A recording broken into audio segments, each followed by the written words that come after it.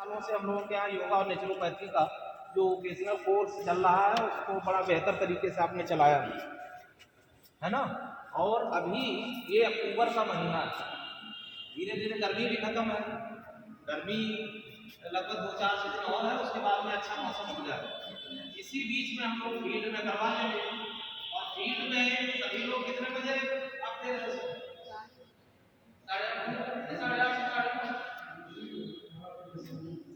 से सवेरे सब लोग आ जाएंगे।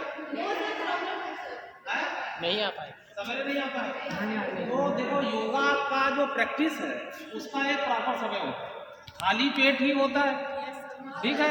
पेट अगर दोपहर को अभी योगा कहीं कराया जाए तो नहीं हो सकता है ना, वो तो एक प्रॉपर समय होता है। कभी भी देखोगे योगा तो सवेरे ही होता है, ठीक है। और दोपहर को या शाम की तरफ भी कोई उसका मतलब नहीं बहुत बचता, लेकिन ज्यादातर मुझे लगता है आ जाएंगे। बहुत ज्यादा हो भाई तो 9 बजे आप करा लीजिए, लेकिन 9 बजे धूप हो जाएगी फिर बहुत सारी। 9 बजे क्लास भी पर क्लासेस भी होते हैं और वीक में आपको केवल 1 या 2 दिन आप करवाओ।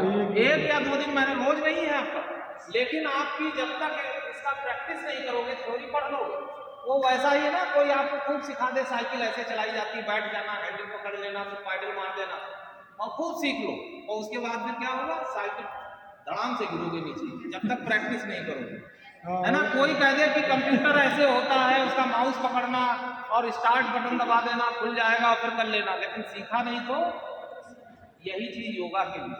योगा को पहले थ्योरी तो समझ रहे हो, लेकिन जब तक प्रैक्टिस नहीं करोगे, और डेली लाइफ में आप अपने घर में यूट्यूब चैनल्स हैं, टीवी पे है, बहुत सारे चीजों को उस पर प्रैक्टिस कर सकते हो। और ये एक ऐसा चीज है जो घर घर में अब शामिल हो गया। जो बाबा रामदेव जी ने तो जो है टीवी पे खूब सारे चलते हैं, उसको आप प्रैक्टिस कर सकते हो।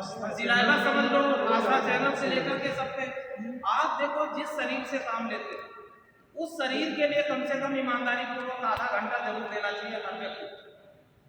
हम सब लोग इसी मशीन से तो काम करना है ना, और 80 साल 90 साल तक जीना है ना। अपने हिंदू जो धर्म है, सनातन धर्म है, उसमें 100 साल लाइफ मानी गई, 100 साल मानी गई ना, और 4 हिस्सों में बांटा गया है। 25 साल पहले जो पढ़ाई लिखाई का समय है, फिर अगले 25 साल गृहस्थ जीवन का है ना।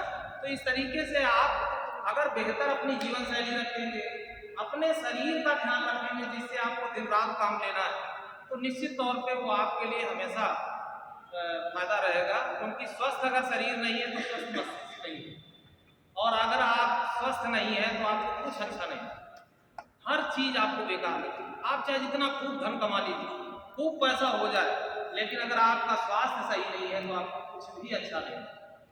और देखा होगा तुम आस पड़ोस के, और जो लोग स्वस्थ हैं, शरीर अच्छा है, भले ही धन कम हो और आपकी सुख सुविधाएं कम हो, लेकिन आप बढ़िया सोएंगे अच्छी तरीके से और खुश रहेंगे, प्रसन्न रहेंगे, हर काम अच्छे तरीके से। इसलिए जरूरी है अपना शरीर स्वस्थ रखना। और इसीलिए भारत सरकार और सबका ये मंशा है कि हमारे जो भावी नागरिक हों, जितने बच्चे हैं, यही सब लोग जिम्मेदार देश के नागरिक हैं, वो स्वस्थ नहीं रहेंगे, उसी में बीमार होंगे, परेशानियों से जूझेंगे। सरकार का कितना बजट तो खर्च होता है, सरकार को हॉस्पिटल्स ज्यादा खोलने पड़ेंगे, हॉस्पिटल्स में दवाइयां ज्यादा लगेंगी, बजट सरकार का ज्यादा होगा। और दूसरी चीज, उनकी एफिशिएंसी होगी नहीं, क्योंकि जब बीमार रहेगा तो क्या काम करेगा, अपनी तकलीफों में रहेगा। इसलिए स्वस्थ अगर व्यक्ति है, अच्छी तरीके से रहता है, जापान में आप देखिए 100-100 साल जीते हैं, लाइफ एक्सपेक्टेंसी ज्यादा है। तो इसलिए जरूरी है कि आप अपनी जीवन शैली को बेहतर करें। और सब तो आपको डिटेल में बताएंगे। हम लोग भारतीय योग संस्थान है इटावा, उनसे डॉक्टर श्रीकांत जी से भी बात हुई थी, वो तैयार हैं आपके बच्चों को सिखाने के लिए। भारतीय योग संस्थान की एक इटावा शाखा, वहाँ के एक्सपर्ट लोग हैं, उनसे भी मेरी कल बात हुई। वो आपको वीक में 1 दिन अगर आप उनको बुलाना चाहो तो वो भी लेक्चर भी आपका दे देंगे और क्लास भी आपको थोड़ी प्रैक्टिस करा देंगे। वो लोग एक्सपर्ट लोग हैं, कुछ लेडी हैं उनके साथ में, है ना।